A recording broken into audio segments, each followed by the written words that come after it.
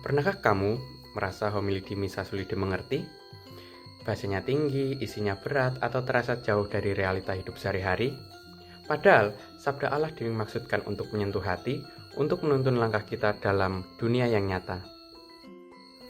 Tapi bagaimana jika sabda Allah disampaikan lewat kisah-kisah yang akrab, yang berasal dari budaya kita sendiri? Dalam tradisi pewayangan Jawa, ada tokoh bernama Semar. Wujudnya lucu, gemuk, dan sederhana. Tapi, siapa sangka, dialah seorang dewa bijaksana yang menyamar menjadi abdi. Ia hadir bukan untuk dilayani, tapi untuk membimbing manusia dengan rendah hati dan kasih.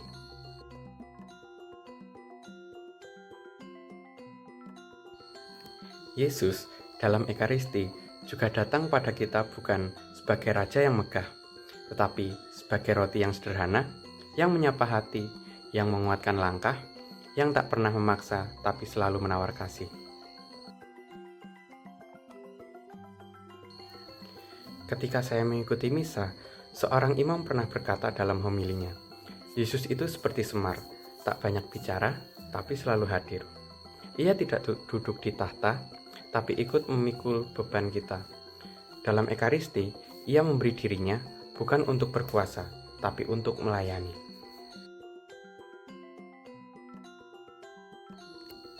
Homili seperti ini menyentuh, karena umat tidak hanya mendengar sabda Allah, tapi merasakan kehadirannya dalam budaya yang dikenal dan dekat.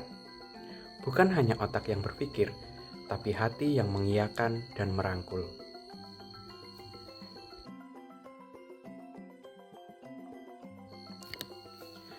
Dalam Sacramentum Caritatis nomor 78, Paus Benedictus ke-16 menulis bahwa Ekaristi menempatkan kita dalam dialog dengan berbagai budaya, bahkan juga menantangnya. Kehadiran Kristus dalam Ekaristi bisa masuk ke dalam setiap budaya, lalu memperkaya budaya itu dengan nilai-nilai Injil.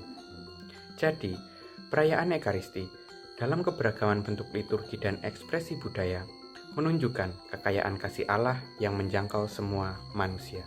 Ketika pewartaan Injil memakai simbol, tokoh, dan nilai dari budaya sendiri, kita menyebutnya inkulturasi. Bukan untuk mengurangi kekudusan misa, tetapi untuk menjembatani pewartaan Allah dengan hati umat. Agar pewartaan bukan hanya terdengar, tapi mengakar, menghujam, dan mengubah hidup.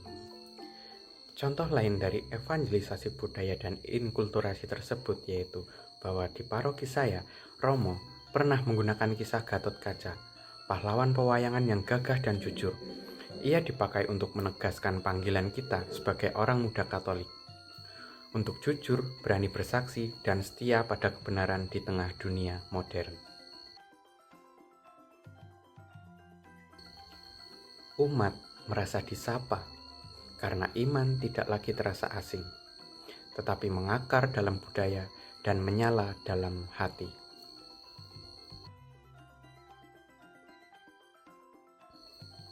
Yesus datang dalam rupa roti, homili datang dalam rupa kata, tetapi keduanya memuat kasih yang sama.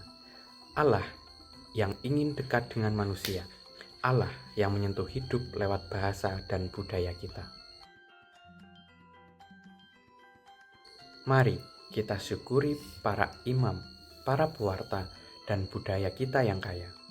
Karena lewat semuanya itu, Allah menyatakan dirinya dalam cara yang dapat kita pahami dan kita cintai.